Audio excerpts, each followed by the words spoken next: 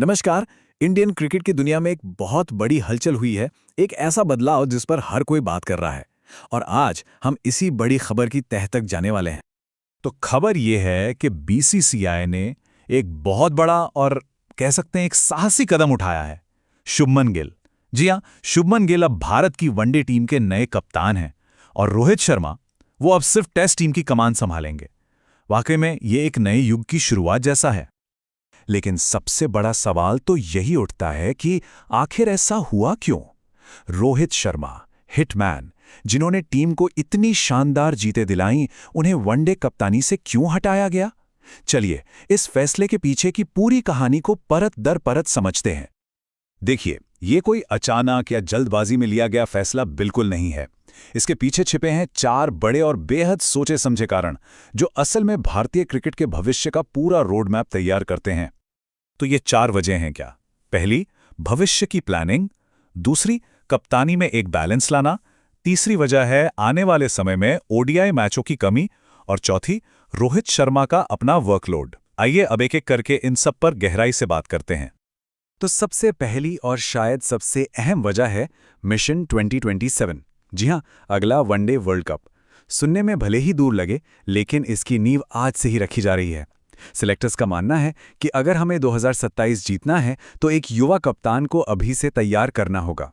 उसे भरपूर समय देना होगा ताकि वर्ल्ड कप आते आते वो पूरी तरह से एक लीडर बन चुका हो। और उस भविष्य के लीडर की भूमिका के लिए बीसीसीआई की नजरें टिकी हैं शुभमन गिल पर। उन्हें सिर्फ एक बेहतरीन बल्लेबाज के तौर पर नहीं, बल्कि टीम के अगली पीढ़ी के नेता के रूप में देखा जा रहा है। ये एक तरह से फ्यूचर में किया गया एक बहुत बड़ा इन्वेस्टमेंट है। अब आते हैं दूसरे कारण पर, जो है कप्तानी में संतुलन। जरा सोचिए, टेस्ट का कप्तान अलग, वनडे का अलग और टी20 का कप्तान भी अलग। तीन फॉर्मेट में तीन अलग अलग कप्तान रखने से मैनेजमेंट और रणनीति में काफी उलझनें पैदा हो रही थी। तो इस एक फैसले से उन सभी जिम्मेदारियों को और बेहतर तरीके से मैनेज करने की कोशिश की गई है। तीसरा कारण भी बड़ा प्रैक्टिकल है। अगर हम आने वाले क्रिकेट कैलेंडर पर नजर डालें तो टेस्ट और टी20 मैच बहुत ज्यादा हैं, जबकि वनडे मैच उनकी तुलना में काफी कम है। तो ये जो कम दबाव वाला माहौल है ना, ये किसी भी नए कप्तान के लिए अपनी टीम को समझने, अपनी सोच को लागू करने और खुद को स्थापित करने के लिए एक बिल्कुल सही मौका है। और चौथा कारण वो इस एक नंबर में छिपा है, 38 साल। जी हां, रोहित शर्मा की उम्र अब 38 साल हो चुकी है।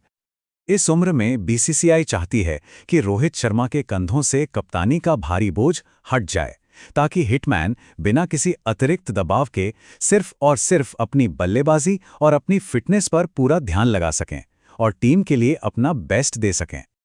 अच्छा, ये तो हो गया हमारा विश्लेषण, लेकिन इस पूरे मामले पर बीसीसीआई खुद क्या कहती है?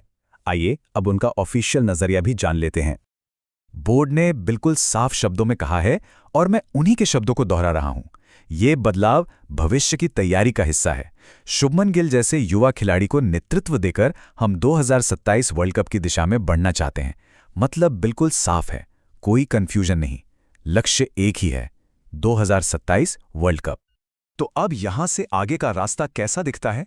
इसे किसी एक युग के अंत की तरह नहीं, बल्कि मिशन 2027 के लिए एक नए रोमांचक चैप्टर की शुरुआत की तरह देखना चाहिए।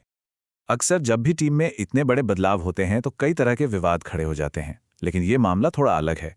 ये एक स्वाभाविक बदलाव है, एक नेचुरल ट्रांजिशन है, जो टीम को भविष्य के लिए तैयार करने के लिए बहुत जरूरी था।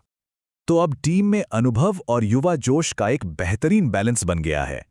एक तरफ है रोहित शर्मा, जो टेस्ट कप्तान तो हैं ही, साथ में एक सीनियर मेंटोर की भूमिका भी निभाएंगे। और दूसरी तरफ है शुभमन गिल, जो युवा जोश और नई सोच के साथ वनडे टीम को आगे ले जाएंगे। तो कुल मिलाके इस पूरी कहानी का सार क्या है?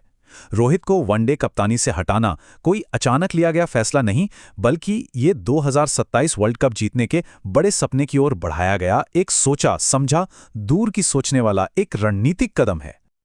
और ये सारी बातें हमें उस एक आखिरी सवाल पर लाकर खड़ा कर देती हैं, जिसका जवाब हर भारतीय क्रिकेट फैन जानना चाहता है। क्या शुभमन गिल के युवा कंधे 2027 वर्ल्ड कप की करोड़ों उम्मीदों का भार उठा पाएंगे? खैर, इसका जवाब तो हमें सिर्फ वक्त ही देगा।